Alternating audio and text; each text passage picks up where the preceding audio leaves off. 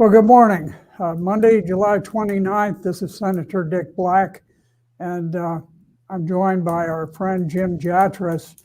And what we're going to talk about principally is we have this news that suggests that there's been an attack on Israel. 12 children were killed out on a playground of some sort. And so Israel is wanting to take action against Lebanon, which they talk about it as Hezbollah, but Hezbollah is the armed force that defends the Lebanese border.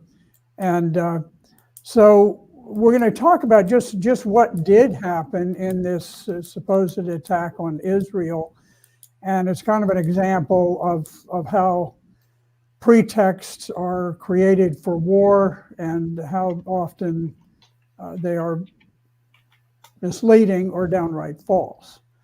So, Jim, what do you think? What about this? All this news about these 12 children being killed and how Israel's under attack? Well, I guess the first thing that occurs to me, Senator, is just like we've seen repeatedly in Ukraine and many times before that in Syria, that when something happens and civilians are killed, everybody's going to rush to their preferred narrative before we have any investigation of what exactly happened. I mean, we don't know. Again, I assume that there has been some back and forth between the Israelis and Hezbollah. Perhaps Hezbollah was firing a rocket at a target in the Golan Heights, which is Israeli controlled, but which Syria still considers its sovereign territory, and which Israel says they have annexed. Maybe that rocket hit these kids. Maybe it was an Israeli defensive rocket trying to shoot down the Hezbollah rocket. Maybe an Israeli rocket hit the Hezbollah rocket, and some part of either rocket fell on these kids. I don't think it's likely that the Hezbollah were targeting these civilians. I don't, frankly, Senator, don't think it's likely that the Israelis were doing it. Although, look, it's possible. I mean, I think what we have to do is take a step back and look at the bigger picture here. What are the Israelis trying to do in the big picture, given their difficulties in Gaza, the problem they have in northern Israel with so many people having left their homes and having a big negative impact on their economy, and the fact that Mr. Netanyahu was just here in Washington and evidently got some firm guarantees from the people who matter that the United States would back him up if there's a conflict with Hezbollah. And so I think that's what this is moving toward. This incident and the narratives are sort of a means to an end, as far as I can tell. Yeah, here's what we do know. We know that the rocket, there was a rocket, and it did hit in I don't know whether it was a ball field of some sort, but there were 12 young people who were killed. We know that for a fact. We also know that the 12 who were killed were Syrians. They were members of the Druze, which is a religious group it's a fairly significant group within the Syrian population. We know that the place where the rocket fell was in Syria. It was in the occupied Golan Heights, where Israel, during the 73 war, they captured the Golan Heights, and so it's occupied territory. But United Nations recognizes it as part of Syria, and the people who are in the Golan Heights consider themselves Syrians, and we know that the Druze in the Golan Heights are opposed to Israeli domination over the Golan Heights. In other words, the tribe, if you want to call it that, of people from whom these children came are anti-Israeli, and they, and they would like to be reunited with Syria. So the news that you hear just all over the place is that it sort of suggests that these were Israeli, perhaps Jewish children who were out there. They were not Jewish, they were not Israeli, they were all Syrians, and they were Druze, the religious group, the Druze.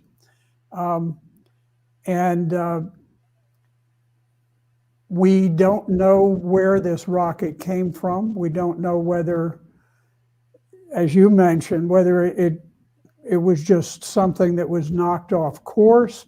Now, there's been for months now an exchange of sort of low-level warfare between Israel on one side of the border and Hezbollah on the Lebanese side of the border. And one group will fire some rockets, the other one fires some rockets. There have been casualties on both sides, fairly modest in numbers, but sort of a regular stream of them.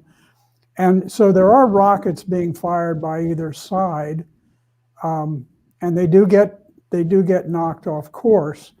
And hopefully, what happened there was accidental. But I think, you always look to, cui bono, who stands to benefit.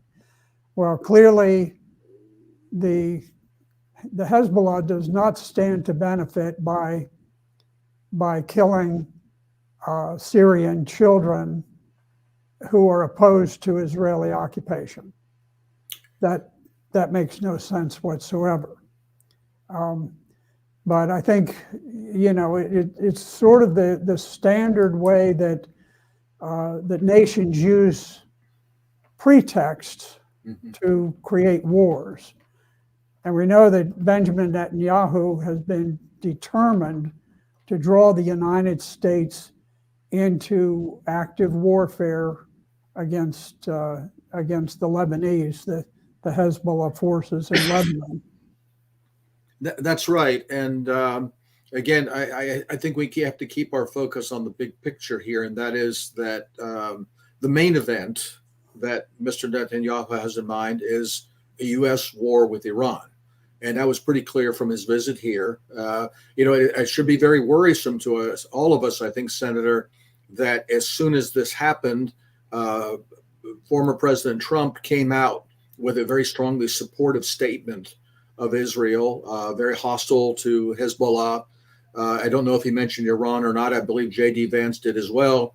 The Biden administration also expressed support for Israel, but in a somewhat more qualified way, given the internal difficulties of the Democratic Party in the Middle East. But I think the worrisome thing here is that this shows that the forces in Washington are lining up to be drawn into this war at the appropriate time. I don't know when that appropriate time is. I don't, on the one hand, if I'm Mr.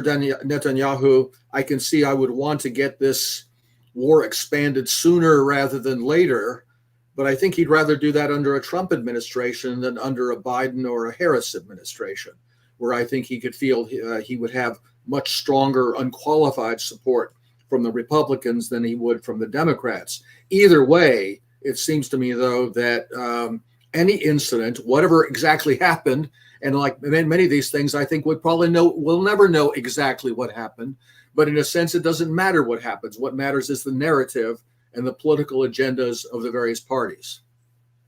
Yeah, it's a little reminiscent when you say it really doesn't matter.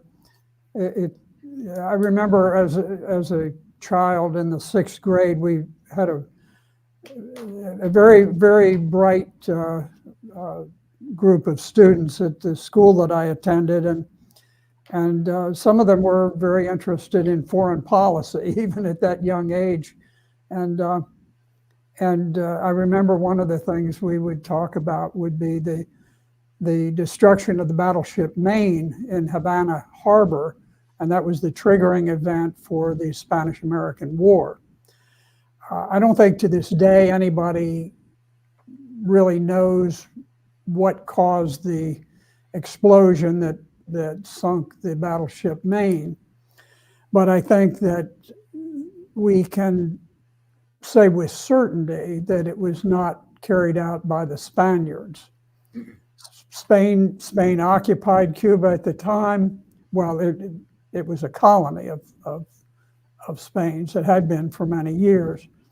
And but Spain was a withering empire, and the Spanish Navy was still sort of, like the days they had sailing ships and primitive cannon and this kind of thing. And the United States had the most modern steel-hulled battleships with great turrets that had I don't know what they had, 14-inch guns or something. That's 14-inch in diameter, not in length. They were, like 30 or 40 feet long, I guess. But anyway, the Cubans were in no, or not the Cubans, the Spanish were in no position to fight a war against the United States. And so when Teddy Roosevelt and the Rough Riders and all these other people were sent down to take vengeance on the battleship Maine, it's amazing that the Spanish troops fought as heroically as they did, because they just didn't have a ghost of a prayer against a modern army like the U.S. military. So, but like you say, it goes back. It doesn't matter what caused the explosion in the battleship Maine. It suddenly became this rallying cry. Remember the Maine. That was actually the war cry at the beginning. Remember the Maine. Nobody said, well, remember what about the Maine? Well, remember, we don't know who sunk the Maine or why it sunk, or was it an accident, or was it deliberately sabotaged. But remember it, go to war. It's a little bit this same way. It worries me that the killing of the 12 Druze Syrian children could become the battle cry for war against the Lebanese army. That's right, and of course, you're looking back on history. Some of these incidents may very well have been accidents. Some of them may have been staged. And as you say, it really doesn't matter, because history moves on. Then the players then wave whatever bloody shirt and whatever slogan they come up with to justify what they wanted to do in the first place. I mean, in the case of the Spanish-American War, I mean, the United States was moving into a great power status for the first time vis-a-vis the European powers. We wanted to make our debut on the world stage. I guess somebody was looking around for one of the old empires we could mug and take all their stuff, and the Spaniards sort of fit the bill. I think unfortunately it's about as cynical as that. The best I've heard is that it probably blew up because of a boiler accident. I don't think it's likely that we ourselves blew it up in order to provide the pretext. I suppose nothing could be ruled out, but it probably was something accidental, and people glommed onto it and say, "Hey, great, this serves our purposes. Let's ride with it," and we did.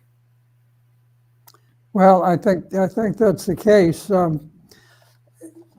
We'll see what happens. I hope that cooler heads prevail. If we end up fighting, if the United States end up being drawn into a war against Hezbollah, we can probably do a great deal with air power. But I hope that American troops will not be called on to fight the very battle-hardened army of Hezbollah, because the Israelis tried it in around 2006, 2007, got very badly bloodied and had to pull out after a few months. So they were really not up to doing battle with Hezbollah, and Hezbollah is a lot stronger and a lot more battle hardened today than they were back in those days. So we'll see what happens, but let me just switch gears a little bit. You know, we're always told that shifting to the Ukrainian front, we're always being told that that we're defending Western values against the Russians, and I think the Paris Olympics are putting on display what some of the Western values are, and the Paris Olympics started off with it was a little bit like the Bud Light commercial where you say, okay, we're going to sell Bud Light. Let's put on this display with this bizarre character, this transgender person who is going to be our spokesman. And so now here for the Paris Olympics, they kick off, and one of their big displays at the beginning is this this opening ceremony display of the Last Supper with all of these transgendered. What do you think of this as a way that we display our values that people are supposed to be willing to go and fight for? I think it speaks for itself. I mean, this who is the artistic director? This Thomas Joly, who gets his jollies, I guess, by offending Christian sensibilities. I mean, France used to be a very traditional Catholic country, and look at it now. It's really, really sad to see what's happening. And frankly said, they're just rubbing people's nose in it at this point. And you're right. This does sum up the human rights and democracy and all that nonsense that supposedly we're upholding in Ukraine. And that's why I've always been referring to this whole conflict as World War Trans, because this summarizes what Western values have become now. And I guess one of the concerns too is if we do start to stumble towards some sort of a broader conflict, whether it's in Europe or the Middle East or maybe the Western Pacific, I think people in the West have to ask themselves precisely that question. What is it we are fighting for? You know, remember back during World War II, they had that Why We Fight series about what the war was really about. Can you imagine what the Why We Fight series would look like today if these are the showcasing the values that we're willing to send people off to kill and be killed? You know, I was part of the American forces in Europe at the very height of the Cold War, when we were literally nose to nose with the Soviet Union, thousands of tanks on both sides, and war could have broken out in just the blink of an eye. And when Ronald Reagan took over, one of the things he did is he really re-examined all of the American military doctrine. They had a wonderful team that put this together. And one of the things that was a part of it was something called the notion of moral ascendancy. Mm-hmm. And they never clearly defined moral ascendancy. So to some extent, it was left to individual soldiers to understand what that was.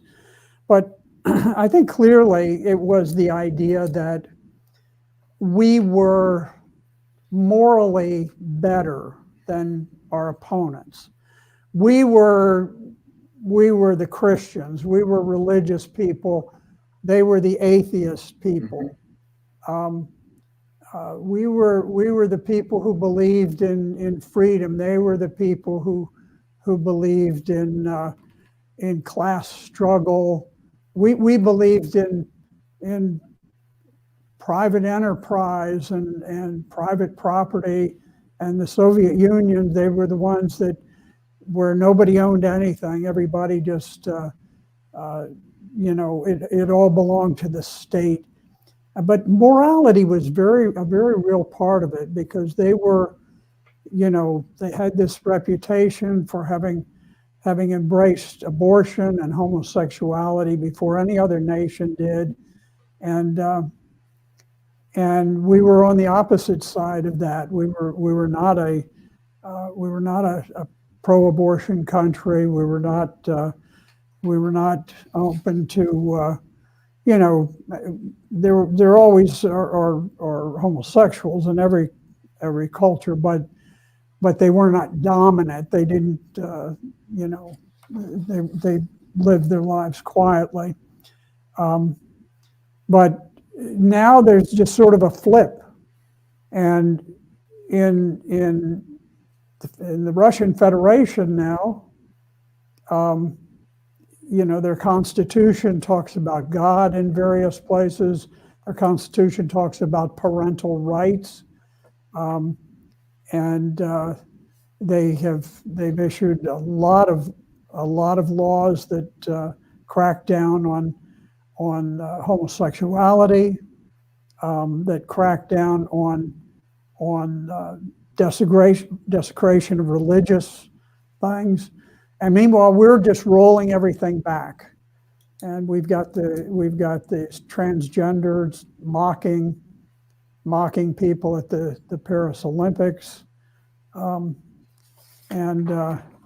it's interesting that with all of the immigration and so forth, it's taking 45,000 police officers, 10 times normal, to maintain safety. They have 10,000 soldiers in addition, 45,000 police, and it makes you wonder, gosh, if we could have done some tiny sliver of that to keep Donald Trump, our presidential candidate, alive, we might have done a better job.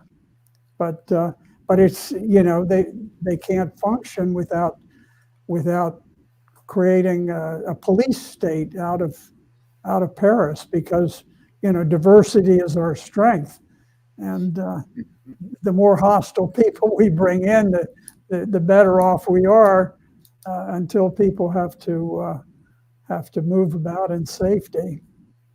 Yeah, it's amazing how this story about the opening ceremonies has sort of pushed off the headlines, the big disruption of their transport system that occurred just before the Olympics, basically shut down the transport system, stopped like almost 1 million people from getting to their destination.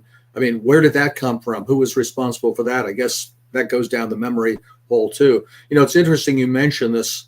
Back in the old days, the whole thing about godless communism and so forth. I mean, even back in the 1950s, when the Knights of Columbus championed putting under God into the Pledge of Allegiance as a sort of our national statement against what was godless communism. And you look how quickly that started to reverse after the end of the Cold War, when the Soviet Union collapsed in 1991. I can remember when I was working at the Senate, there was an issue that came up at the United Nations, whether to grant what they call consultative status to a group of NGOs advocating LGBT rights around the world.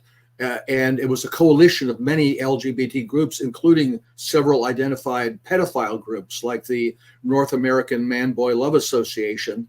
And predictably, the United States, this was under the Clinton administration, the United States and all the Western European countries were in favor of granting this consultative status to these organizations, including these pedophile groups. And then you had a lot of opposition from obviously Islamic countries in the Middle East, from Latin America, from Africa, sub-Saharan Africa. The East Asian countries seem to be rather puzzled about the whole thing. I mean, this is so off of their field of vision. But the real consternation was among those countries just recently emerging from communism, who had we're now being told, oh, we're now in, freedom and democracy and human rights and all that. And they're looking at this and saying, really, we have to go along with this? This is not something the communists would ever have accepted. Those people had standards. Yeah, yeah. and they were told, oh, no, you have to go along with this now because this is democracy and human rights. This is what you were fighting for all these years under communism when you longed to be free. And that's what it already had started to become. Even in the 1990s, it's only developed further over the years. Well, there's little doubt that the more conservative, the more moral position of the Russian government on cultural issues has really united the Russian people.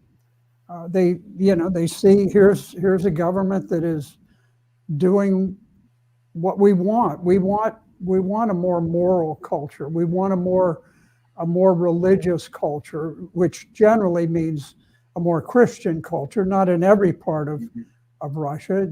There are Muslim areas in Russia, but I think people are pleased that Christianity is not under attack in Russia, and that children are not subjected to all sorts of immoral influences. And interestingly, here's a story regarding the Norwegian Minister of Culture and Gender Equality. So here's another. We've seen what happened in Paris, with the French. Interestingly, Marine Le Pen's party has come out and condemned what happened with the desecration of the Last Supper, and the person who was silent, Emmanuel Macron. He not a whisper from him. So the French government is very anti-Christian, very, very perverse, very decadent. And then you look at Norway, and another prominent NATO country, another big war advocate, and their Norwegian Minister of Culture, Lubna Jaffrey, and the title says, Norwegian Luba Jaffrey has celebrated receiving the Fag Hag Award for her support of queers by exposing herself. Well, anyway, I'm not sure whether this person is a biological male or a female. And when she exposes herself, you really don't know still whether this is male or female. But it said she exposed her breasts at the Oslo Pride event, where she was awarded the Fag Hag 2024 award for her work. The controversial act received praise from the country's top leadership. And she was featured on a major talk show called Queer Sermon in Norway. And she was given this prestigious award of the Fag Hag. And it just shows she was there with her rather very unpleasant to look at breasts with nipples, kind of tassels on her nipples. And this is a minister in the cabinet of the government of Norway who is so perverse and so decadent that she's getting this kind of disgraceful award. And it just shows the rapid decay of the moral structure of Western nations. And if we don't get it under control in some way, I don't think that nations that fall into such perversity and decadence really have a a long life. I think the future looks very dim, and it doesn't matter how wealthy they may be. The Roman Empire was the wealthiest nation on earth as it crumbled and collapsed. So I hope we don't have to endure that ourselves. I think it was Jerry Falwell who said that if God allows America to continue, he owes Sodom and Gomorrah an apology. And so it's, yeah, you're right. You say it can't go on like this, but you look at the kind of sponsorship. I mean, this is not like it's all bubbling up from the grassroots. It's something that's officially sponsored by governments, by corporations. I mean, is there any corporation that doesn't change its logo to a rainbow during June? And seems like every month is June nowadays. You know, what you were saying about Russia was interesting, especially if it's not just Russia. If you look at a map of Europe and look at polling data on various moral questions like the role of religion in society or what the definition of marriage is and this and that, you would think, looking at the map, that the old Iron Curtain was still in place, even inside Germany, between what was East Germany and what was West Germany, that the social attitudes are so very different east of the line that existed throughout the Cold War. And you sort of wonder, does that mean that even communism was not as corrosive of fundamental human values as, you know, consumerism and whatever all the other isms we have here in the West that seem to have a much more disintegrative impact on marriage, the family, and social attitudes than even communism did? It's kind of striking. It is amazing. My recollection is that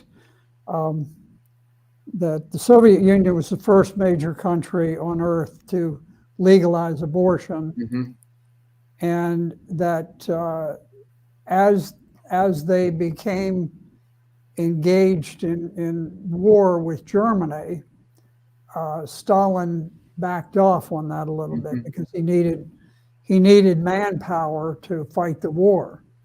And so all of a sudden they had a shift on abortion. But by that time, you know, they had done a lot of cultural damage because a lot of children tend to come from big families. And if you culturally indoctrinate people to have smaller families, as has happened to, you know, the great majority of families in the United States and in the West, you sort of reset the vision for what a family is. And so it has really devastating impacts that continue. They don't just go for one generation, but they're multi-generational. So anyway, we'll see what the future brings for us.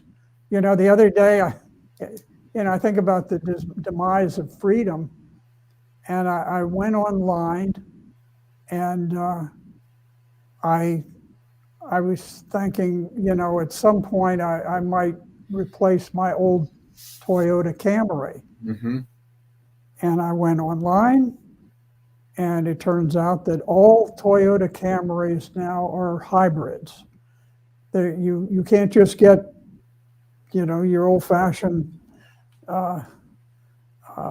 internal combustion engine. Now they're sort of a combination, but I don't want a hybrid. I want a car you turn the key or press the button and it goes. So I looked up. I said, okay, you know, what manufacturers have internal combustion engines? There are some, but the one that came up most prominently was Ferrari. It says Ferrari has resisted the pressure to go electric. So I don't know what it costs for a Ferrari. So if you've got $150,000 or $200,000, you can get the kind of engine you want.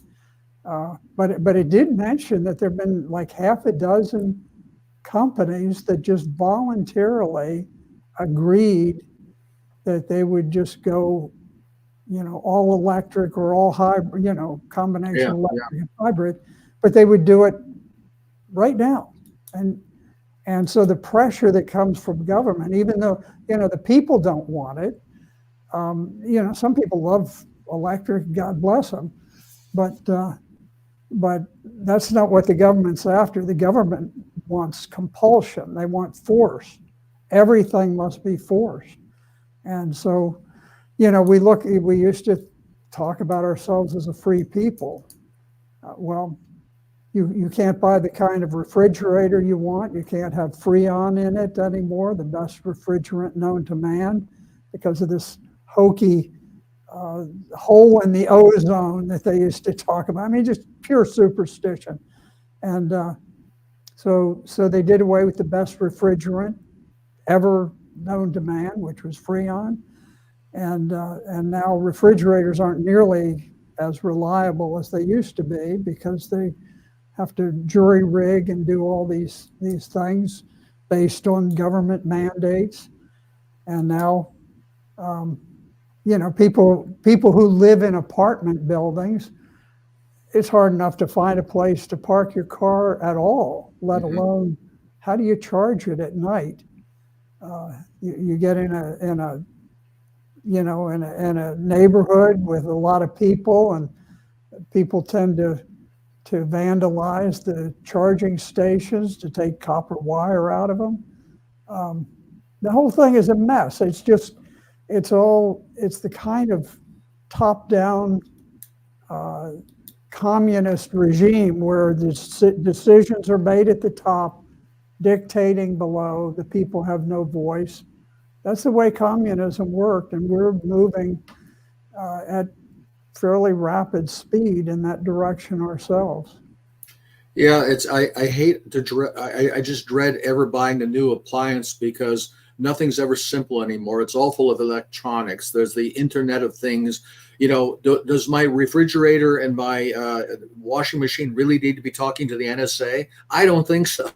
but your own appliances are going to be, your coffee maker going to be ratting on you all the time.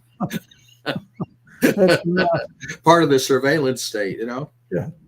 Well, listen, Jim, thank you very much. We'll keep watching what happens on the border of Lebanon, and hope that this incident with the 12 Syrian Druze children who were killed, that's not used as a pretext for Israel to lash back and avenge the death of a bunch of Israeli children who did not die,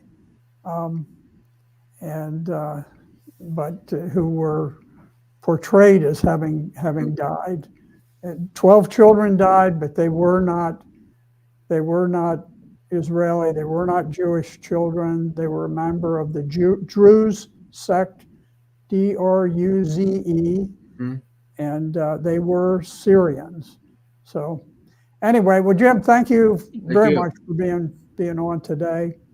And we will, for those of you listening, we will be back with you next Monday.